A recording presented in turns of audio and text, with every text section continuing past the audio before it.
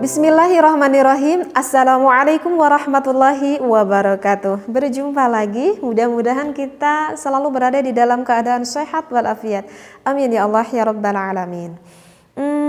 Jika di pembahasan sebelumnya tuh saya udah sering banyak banget gitu ya ngebahas masalah seksualitas ataupun berhubungan intim antara suami dan juga istri, maka saatnya nih untuk kali ini saya membahas sesudahnya sang suami dan juga sang istri melakukan hal yang menyenangkan, apa yang harus dilakukan. Ya, kalau kita melakukan berhubungan intim di dalam pandangan Islam berarti kita mempunyai hadas yang besar, ya. Berarti kita punya hadas besar. Kalau kita punya hadas besar, maka harus dihilangkan hadasnya itu. Dengan cara apa? Dengan cara mandi besar, seperti itu ya. Karena kalau kita mempunyai hadas besar nanti enggak syah. Kalau misalkan kita mau melakukan sholat gitu ya. Kalau kita misalkan mau ngaji Al-Quran, ataupun misalkan seorang suami mau masuk ke dalam masjid, itu kan gak boleh. Kenapa? Karena membawa hadas besar tersebut. Nah, oleh karena itu sekarang saya ingin membahas tentang furudul ghusli. Artinya adalah fardu, bagaimana sih caranya kita menghilangkan hadas besar, tentunya sesuai dengan syariat ya.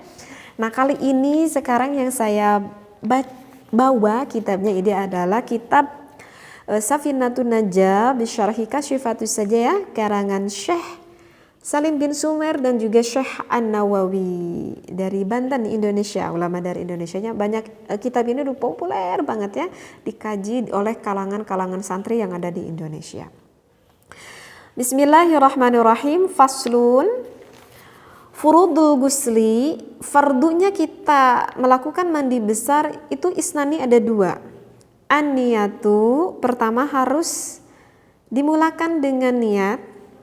Yang keduanya wa ta'mimul badani bil ma'i, harus diratakan seluruh badannya itu bil ma'i dengan air. Jadi cuma dua. Iya, cuma dua. Jadi fardu adus itu ataupun fardu mandi besar itu cuma dua. Yang pertama itu adalah niat, yang keduanya adalah meratakan air seluruh badan kita gitu ya. Nah, baik. Cuman itu dua ya. Nah, akan sedikit saya terangkan. Jadi yang mewajibkan untuk mandi besar itu jangan lupa niat ya. Kalau misalkan lupa niatnya gimana? Kalau misalkan lupa niat ya wayahna ya, harus diulangi lagi adusnya ataupun mandi besarnya. Karena enggak syah kalau enggak pakai niat. Karena mayoritas di kita kan bermadzhab Imam Asy-Syafi'i ya di Indonesia. Sehingga menurut mazhab Imam Asy-Syafi'i apapun amal ibadah itu harus dimulai dengan niat. Innamal a'malu binniyat ya. Sehingga kalau misalkan enggak pakai niat menurut Imam Asy-Syafi'i itu hukumnya adalah tidak sah. Mungkin udah pada tahu ya gitu, tapi ini enggak apa-apa saya bacakan lagi niatnya ya, takut-takut nanti ada anak kita yang belum paham, nah bisa diajarkan. Niatnya adalah nawaitu raf'al hadasil akbari fardhu lillahi ta'ala. Pendek ya. Niat saya ataupun niat aku menghilangkan hadas besar fardu karena Allah Ta'ala. Simple, mudah ya. Niat aku menghilangkan hadas besar harus pakai fardu. Jangan sampai ketinggalan fardunya ya. Karena kalau enggak pakai fardu nanti niatnya gak sah. Karena ada loh mandi yang hukumnya sunnah. Misalkan kalau bapak-bapak mau Jumatan, sholat Jumatan, sunnah melakukan mandi. Misalkan kalau Idul Fitri, Idul Adha, sunnah untuk mandi. Nah, jadi kita harus benar niatnya ya. Jadi jangan sampai ketinggalan kata fardunya. Fardu lillahi ta'ala. Kemudian mengucapkannya itu di bibir atau di mana tempatnya niat? Tempatnya niat itu bukan di bibir. Tempatnya niat itu ada di hati. Ya.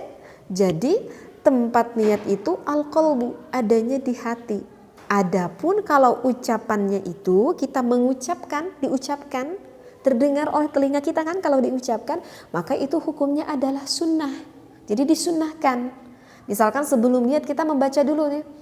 Nawaitu raf'al hadasil akbari fardhalillahi ta'ala. Mau dengan Arab boleh, mau dengan Sunda, sama biasanya dengan Sunda, ada orang Sunda. Niat abdi ngilangkan hadas ageng fardu karena Allah Ta'ala, gitu ya. Tetapi ketika kita mengucapkan di bibir, tetapi hati kita tuh nggak mengikuti, misalkan nggak mengikuti, cuma diucapin aja, tetapi hati kita nggak hadir, nggak diikuti, maka itu bukan yang dikatakan niat, ya. Tetapi itu adalah yang hukumnya sunnah diucapkan oleh lisan, membantu terhadap hati kita agar nanti pas waktu kita mau niat kita konsentrasi, gitu ya. Nah, jadi niatnya di mana? Di hati, niat abdi ngilangkan hadas. Tapi gimana nih kalau saya mah bibir saya mengucapkan, hati saya mengucapkan, misalkan gitu ya. Kata bibir kita tuh niat saya menghilangkan hadas besar, dan hatinya juga bareng ngikutin niat saya menghilangkan hadas besar, itu niat juga. Nah kalau itu tetap sama niat juga ya. Jadi yang dinamakan niat itu hadir hatinya, jadi konsentrasi kitanya gitu ya, konsentrasi. Paham ya? Baik.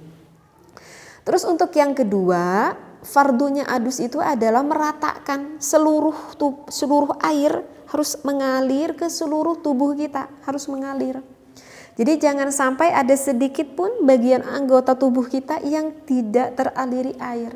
Kalau misalkan ada yang tidak teraliri air, maka nanti tidak syah apanya? Mandi besarnya. Jadi kalau misalkan rambut, misalkan ada yang punya rambutnya itu tebal banget gitu ya, yang tebal gitu, basah ini rambutnya, tetapi kurang basahnya, artinya kok basah rambut tetapi kulitnya itu tetap kering di dalamnya karena kurang air yang mengalir ke di atas kepalanya, maka itu belum sah karena basah rambutnya tetapi kulit kepalanya itu enggak basah. Misalkan ada sedikit bagian kulit kepalanya itu yang enggak teraliri air, nah itu enggak sah ya. Jadi artinya harus menyeluruh, disunnahkan ini ya. Bagian hidung ketika mengalir air kita bersihkan.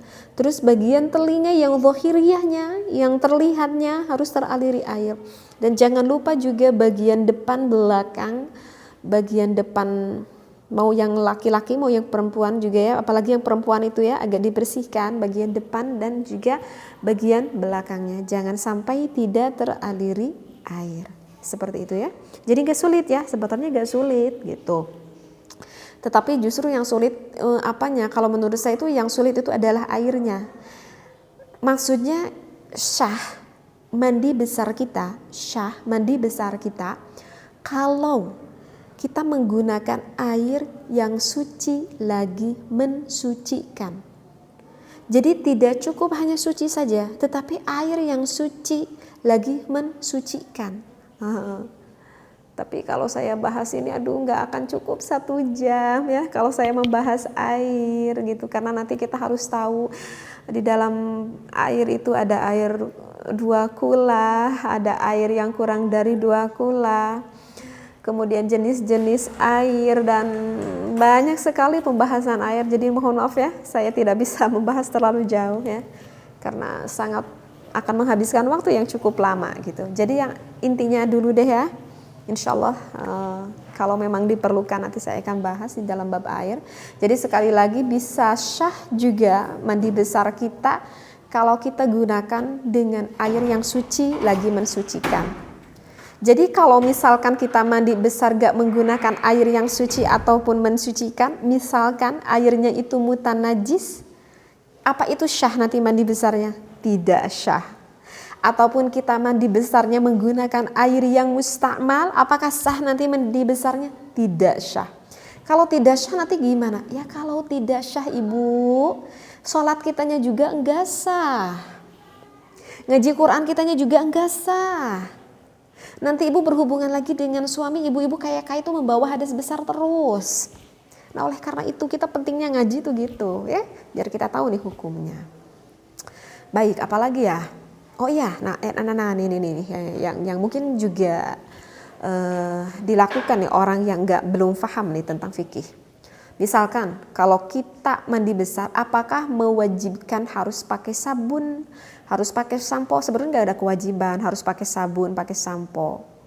Tetapi kalau misal kita pakai sabun, pakai sampo, ya bagus. itu nantinya lebih bersih ya, memang disunnahkan kita kosok-kosok, kita pakai sabun, pakai sampo itu disunnahkan, tetapi tidak diwajibkan. Nah misalkan gini nih, ketika seorang perempuan tuh lagi mandi besar ataupun laki-laki, misalkan sebelum niat nih, konsentrasi dengerinnya ya, sebelum niat itu pakai sampo, kemudian dikosok-kosok badannya pakai sabun gitu ya. Ini masih ada apa? Busa-busa di kepala dan busa-busa di badan kita. Nah, kemudian tuh berpikir nih, seorang suami atau seorang istri, sekalian saya membersihkan kepala dari busa, badan saya dari busa, sekalian saya niat menghilangkan hadas besar. Gitu ya? Paham ya? Ada busa, sekali lagi takut gak paham nih, ada busa di kepala, ada busa di badan, kemudian berpikir, sekalian niatnya kita bawa gayung. Terus kita niat saya menghilangkan hadas besar fardu karena Allah Ta'ala. Itu juga enggak sah. Loh kenapa enggak sah? Kenapa? Itu nyambung lagi ke air. Karena itu airnya nanti disebut air yang mujawir. Ya, karena apa? Karena airnya itu kurang dari 2 kulah yang tercampur oleh busa. Jadi itu enggak syah. Jadi kalau gitu gimana dong? Jadi kalau misalkan ibu tuh mau atau suami mau kosok-kosok dulu pakai sabun dulu. Ya, misalkan pakai sampo, sabun, terus ibu guyur sampai yakin busanya hilang. Sesudah itu bapak ataupun ibu bawa lagi air, ya, baru niat di sana, paham ya? Jadi harus hilang dulu busanya. Ataupun sebaliknya, mau niat dulu menghilangkan hadas besar, sampai beres, sampai walatra, basah semuanya, baru pakai sampo, pakai sabun. Nah gitu caranya, ya. Dan disunahkan sebelum kita mandi besar itu disunahkan harus wudhu dulu ya. Harus wudhu dulu, terus disunahkan ketika mandi besar diguyurnya bagian anggota kanan dulu gitu ya, anggota kanan itu. Jadi tangan kanan dulu, badan kanan dulu sampai ke bawah, sudah itu disempurnakan badan yang kiri. Tetapi ini gak wajib kok ya, ini sunnah. Sebelumnya mandi besar wudhu juga itu sunnah, enggak pun enggak apa-apa. Tapi kalau pengen double bonus kita berpahala ya dilakukanlah, itu lebih baik. Kemudian sunnah sebelumnya membersihkan kemaluan depan dan belakang. Disunnahkan juga ini hidung dibersihkan, itu juga sama hukumnya adalah sunnah. Kemudian sunnah juga diguyurnya itu 3 kali seperti mengguyurnya kita melakukan wudhu. Kalau meyakinkan 3 kali itu mencukupi akan walatra ataupun akan rata seluruh airnya. Itu adalah perkara-perkara yang sunnah seperti itu ya. Ya udah gitu aja deh ya. Takut kepanjangan apa yang saya bahas, tapi mudah-mudahan bisa dipahami ya. Tapi mohon maaf tadi masalah air saya belum bisa membahasnya ya, karena itu khusus deh, harus menerangin tentang bab air. Baik, mudah-mudahan ya bisa difahami oleh wahai para suami dan juga para istri. Ingat loh, ini hukumnya adalah wajib, karena kalau kita enggak paham nanti kita membawa hadas besar terus, nanti sholatnya enggak sah gitu ya, nanti ngaji Qurannya enggak sah. Aduh, jangan sampai itu terjadi ya, nanti mubadir dong sholat sama ibadah kitanya ya. Baik, wallahu a'lam, wabillahi taufiq wal hidayah. Wassalamualaikum warahmatullahi wabarakatuh.